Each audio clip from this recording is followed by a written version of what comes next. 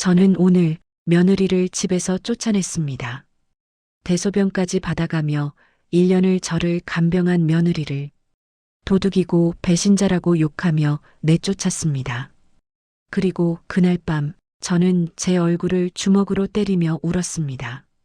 세상에서 가장 큰 잘못을 저질렀다는 걸 너무 늦게 알았기 때문입니다. 제 이름은 한기훈, 올해 76입니다. 평생 성실하게 살았습니다. 새벽같이 일어나 일하고 자식 뒷바라지하고 손주 얼굴 보는 게 낙이었습니다.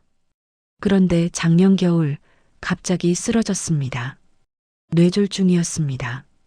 눈을 떴을 때 몸 반쪽이 남의 것 같았습니다. 숟가락 하나 들 수 없었습니다. 화장실도 혼자 못 갑니다. 일평생 누구 손 안 빌리고 살았는데 이제는 며느리가 제 기저귀를 갈아줍니다. 며느리 이름은 강지은, 42입니다. 아들은 택배 상하차 일로 새벽부터 밤까지 집을 비웁니다. 그러니 온종일 저를 돌보는 건 지은이 몫입니다. 지은이는 하루도 빠짐없이 제 몸을 씻기고 약을 챙기고 밥을 떠먹여줍니다. 밤이면 제가 잠든 줄 알고 베란다에 서서 한숨을 쉽니다. 길고 깊은 한숨입니다. 그 소리가 들릴 때마다 가슴이 아팠습니다. 아프면서도 한편으론 이런 생각이 들었습니다. 저 한숨 속에 나를 원망하는 마음이 있겠지. 며칠 전 새벽이었습니다. 목이 말라 물을 마시려고 방문을 열었는데 거실에서 지은이가 전화를 하고 있었습니다. 저는 문틈에 서서 숨을 죽였습니다. 응, 내 말대로. 곧 끝날 거야. 그 사람만 버티면 돼. 심장이 철렁했습니다. 그 사람? 나를 말하는 건가? 그래, 요양병원 보내면 끝이지. 조금만 더 참아. 귀를 의심했습니다. 다리에 힘이 풀렸습니다. 벽을 짚고 겨우 방으로 돌아왔습니다. 그날 밤 잠을 이룰 수 없었습니다. 천장만 바라보며 생각했습니다. 그래, 결국 이거였구나. 내가 짐이 된 거다. 귀찮은 존재가 된 거다. 요양병원에 던져놓고 자기들은 편하게 살려는 거다. 가슴속에서 뜨거운 것이 치밀어 올랐습니다.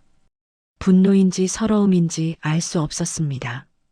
평생 가족을 위해 살았는데 이제 와서 이런 취급을 받다니. 그때는 몰랐습니다. 내가 들은 그 말이 전혀 다른 뜻이었다는 것을. 그날 이후로 지은이가 다르게 보이기 시작했습니다. 밥을 떠먹여줄 때 눈을 피하는 것 같았습니다. 약을 건네는 손이 어딘가 차갑게 느껴졌습니다. 아침 인사를 해도 대답이 짧아진 것 같았습니다. 물론 달라진 건 지은이가 아니라 제 마음이었습니다. 하지만 그때는 그걸 몰랐습니다. 의심이란 게 그렇습니다. 한번 싹이 트면 모든 것이 증거처럼 보입니다. 며칠 뒤 경비실에 들를 일이 있었습니다. 휠체어를 밀고 나가 로비를 지나는데 경비원이 반갑게 인사를 건넸습니다. 어르신, 요즘 며느리분이 많이 바쁘신가 봐요. 어제도 급하게 나가시던데. 무심코 던진 말이었을 겁니다. 그런데 제 귀에는 다르게 들렸습니다. 혹시 어디 가시는 거 보셨어요? 아, 은행 가시더라고요. 서류 같은 거 들고 계시던데. 은행, 서류. 머릿속에서 경보가 울렸습니다. 저기, 그거 CCTV로 볼 수 있을까요? 경비원은 어리둥절한 표정이었지만 제가 워낙 간곡히 부탁하니 잠깐 보여주었습니다. 화면 속 지은이는 분명 무언가를 들고 있었습니다. 멀리서 찍힌 영상이라 또렷하지는 않았습니다. 하지만 제 눈에는 그게 제 통장으로 보였습니다. 지은이는 분명히 말했습니다. 아버님 통장은 건드린 적 없어요. 그런데 저건 뭐냐? 손이 떨렸습니다. 온몸에 열이 올랐습니다. 새벽에 들은 전화통화, 요양병원이라는 말, 그리고 지금 이 장면. 모든 것이 하나로 연결되는 것 같았습니다. 내가 약해지니까 이러는구나. 말 못하고 거동 못하니까 이제 나를 짐짝 취급하는구나. 집으로 돌아오는 내내 가슴이 끓어올랐습니다. 현관문을 열자 지은이가 부엌에서 나왔습니다.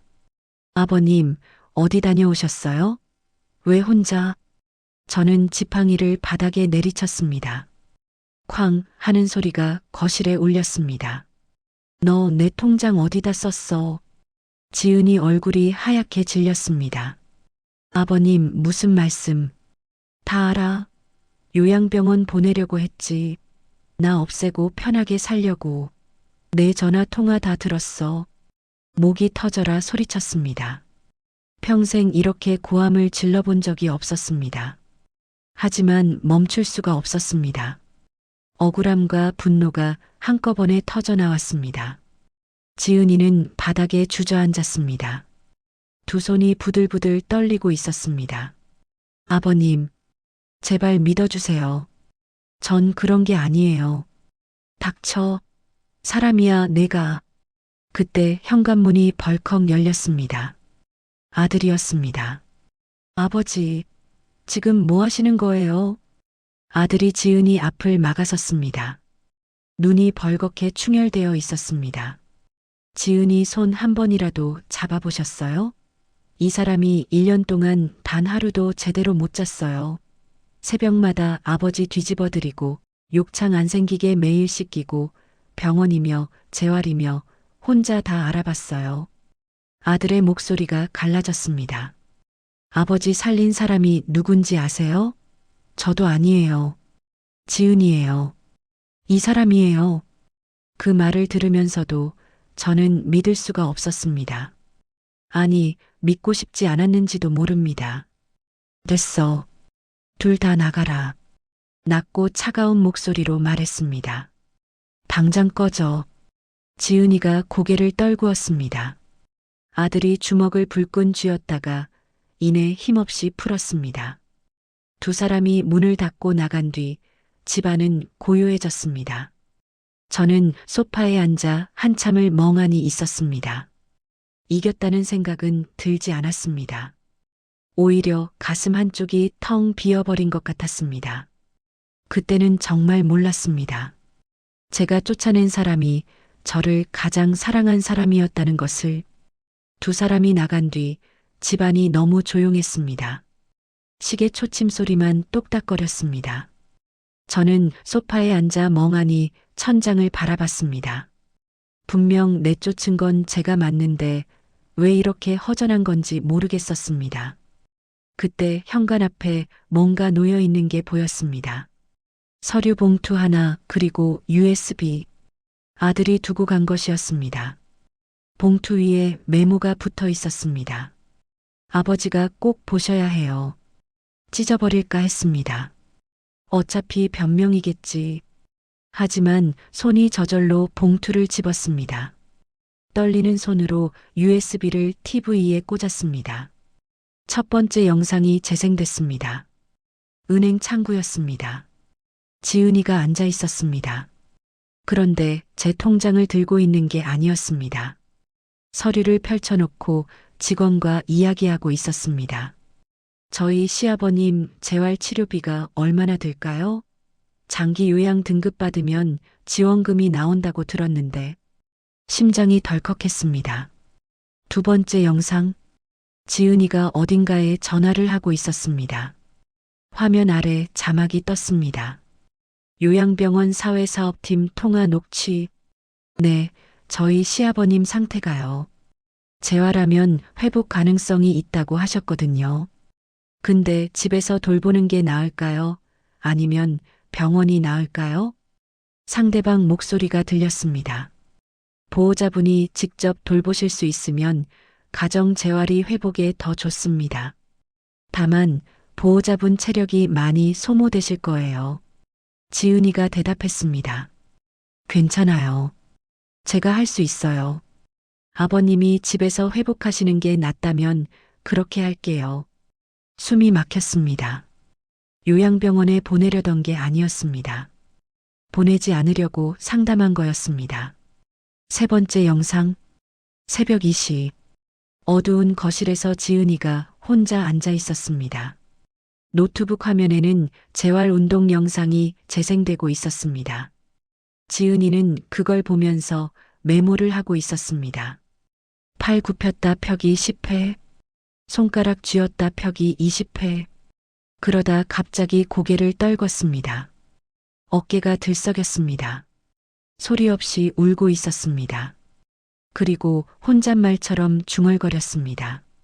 아버님, 제발 일어나셨으면 좋겠어요. 제가 더 잘할게요. 조금만 더 버텨주세요. 손으로 입을 막았습니다. 네 번째 영상.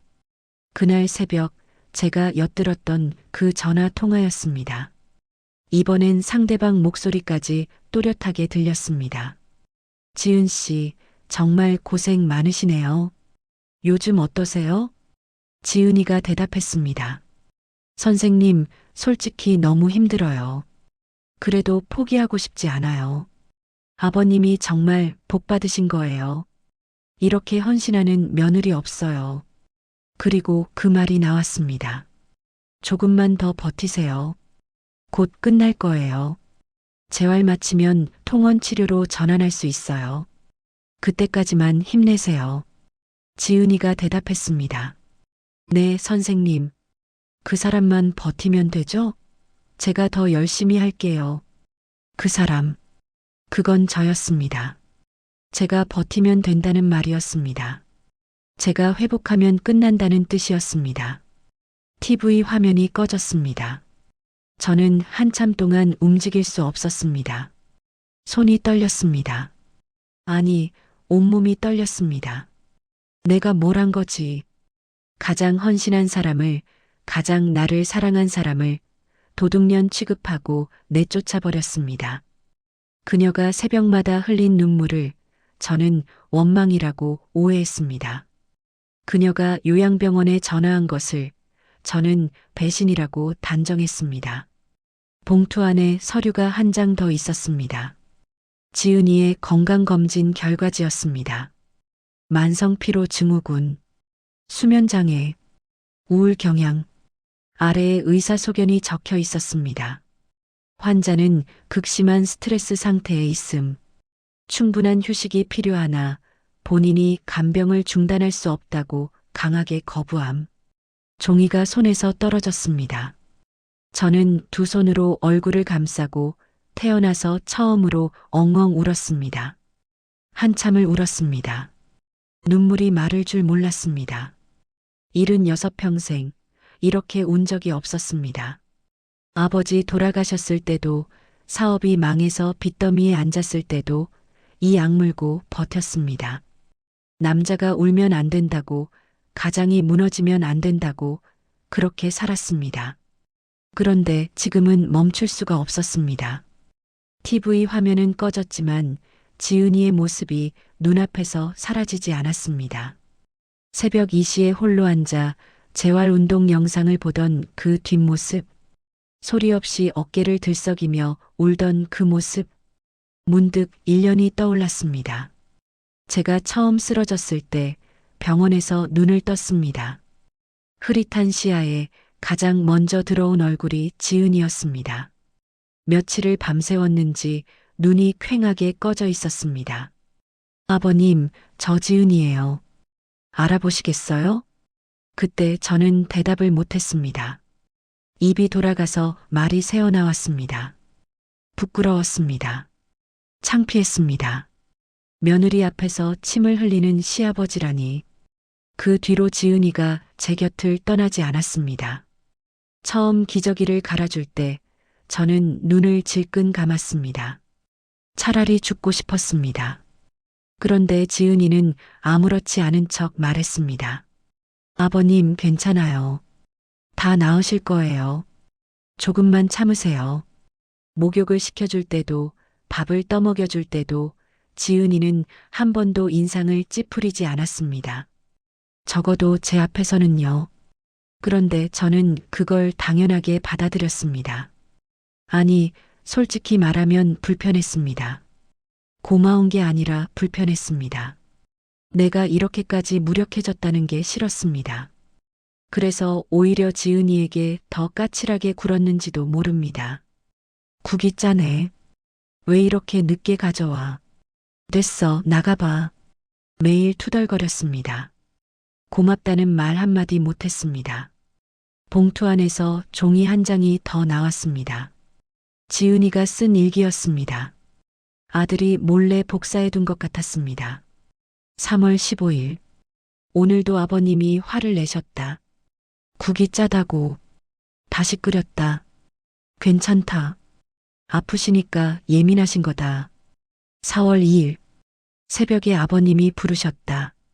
가보니 이불에 실수를 하셨다. 아버님이 고개를 돌리셨다. 창피하셨나 보다. 나도 모른 척했다. 빨래하면서 울었다. 왜 우는지 모르겠다. 그냥 눈물이 났다.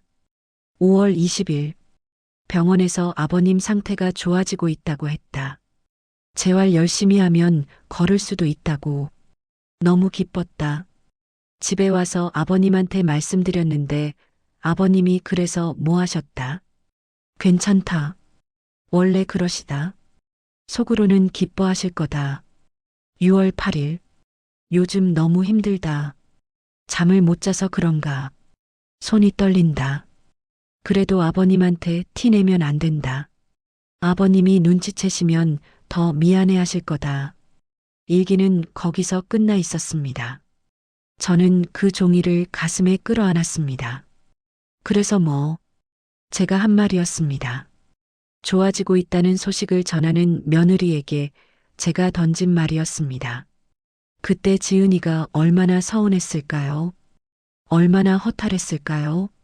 그런데도 그녀는 일기에 이렇게 썼습니다. 괜찮다. 속으로는 기뻐하실 거다. 어떻게 이렇게까지 좋게 생각해 줄 수 있을까요? 어떻게 이렇게까지 참을 수 있을까요? 저는 그녀에게 뭘 해준 게 있습니까? 시어머니도 일찍 돌아가시고 명절마다 일만 시키고 손주 낳으라고 잔소리하고 아프고 나서는 집만 됐습니다. 그런데 지은이는 단 한 번도 원망하지 않았습니다. 아니, 원망은커녕 제가 미안해할까봐 티도 안 냈습니다.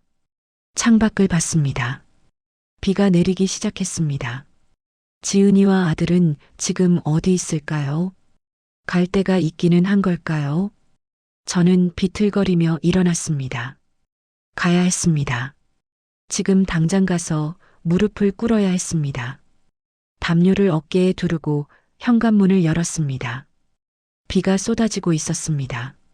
지팡이를 짚은 손이 떨렸습니다. 몸이 말을 듣지 않았지만 그래도 걸었습니다. 한 발 한 발. 어디로 가야 할지 몰랐습니다. 그냥 무작정 걸었습니다. 아파트 단지를 빠져나왔을 때 버스 정류장이 보였습니다. 가로등 불빛 아래 두 사람이 앉아 있었습니다. 지은이와 아들이었습니다. 아들은 고개를 숙이고 있었고 지은이는 먼 곳을 바라보고 있었습니다. 둘 다 흠뻑 젖어 있었습니다. 우산도 없이 비를 맞고 있었습니다. 그 모습을 보는 순간 다리에 힘이 풀렸습니다. 저 사람들을 내가 쫓아냈습니다. 비 오는 밤에 갈 곳도 없이 저렇게 앉아있게 만든 게 접니다. 저는 비틀거리며 다가갔습니다. 두 사람이 고개를 들었습니다. 지은이의 눈이 커졌습니다. 아버님? 왜 여기까지? 저는 대답하지 않았습니다. 아니, 대답할 수가 없었습니다. 지팡이를 던졌습니다. 그리고 그 앞에 무릎을 꿇었습니다. 차가운 빗물이 무릎을 적셨습니다. 바닥이 딱딱했습니다. 하지만 아무렇지 않았습니다. 이 정도 아픔은 아무것도 아니었습니다. 아버님, 무슨 짓이에요? 아들이 황급히 달려와 저를 일으키려 했습니다. 저는 그 손을 뿌리쳤습니다. 가만 놔둬라. 그리고 지은이를 바라봤습니다. 지은이는 그 자리에 얼어붙어 있었습니다. 비에 젖은 얼굴 위로 눈물이 흐르는지 빗물인지 알 수 없었습니다. 저는 입을 열었습니다. 지은아. 평생 이름을 불러본 적이 없었습니다. 늘 야 아니면 이바였습니다. 지은이가 눈을 크게 떴습니다. 내가 잘못했다. 목소리가 떨렸습니다. 목구멍이 막히는 것 같았습니다. 영상 다 봤다. 일기도 봤다. 내가 새벽마다 얼마나 울었는지, 얼마나 힘들었는지 이제야 알았다. 고개를 숙였습니다. 빗물이 얼굴을 타고 흘렀습니다. 1년 동안 내가 해준 것들, 나는 당연하게 받기만 했다. 고맙다는 말 한마디 못했다. 오히려 짜증만 내고 구박만 하고 숨을 들이쉬었습니다. 가슴이 터질 것 같았습니다. 그런데 넌 일기에 이렇게 썼더구나. 괜찮다. 아프시니까 예민하신 거다. 속으로는 기뻐하실 거다. 눈물이 터져 나왔습니다. 참을 수 없었습니다. 그 말이 날 죽이더라. 내가 너한테 뭘 해줬다고, 내가 뭘 해줬다고 넌 그렇게까지. 말을 잇지 못했습니다. 한참을 울었습니다. 76 노인이 빗속에 무릎 꿇고 엉엉 우는 모습이 얼마나 볼썽사나웠을까요? 하지만 그런 건 상관없었습니다. 지은이가 천천히 다가왔습니다. 그리고 저와 함께 바닥에 무릎을 꿇었습니다. 아버님, 지은이의 목소리도 떨리고 있었습니다. 고개 드세요. 저는 고개를 들지 못했습니다. 얼굴을 볼 수가 없었습니다. 그때 따뜻한 손이 제 손을 감쌌습니다. 아버님 탓 아니에요. 지은이의 목소리가 젖어들었습니다. 아프면 누구나 무서워요. 누구나 예민해져요. 저도 아버님 입장이었으면 그랬을 거예요. 고개를 들었습니다. 지은이가 울고 있었습니다.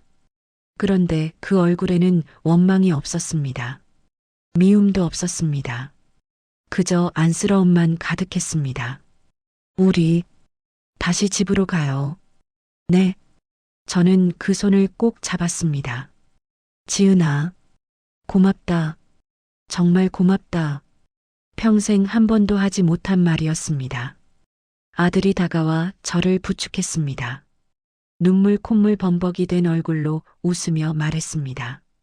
아버지, 이제 진짜 가족합시다. 예.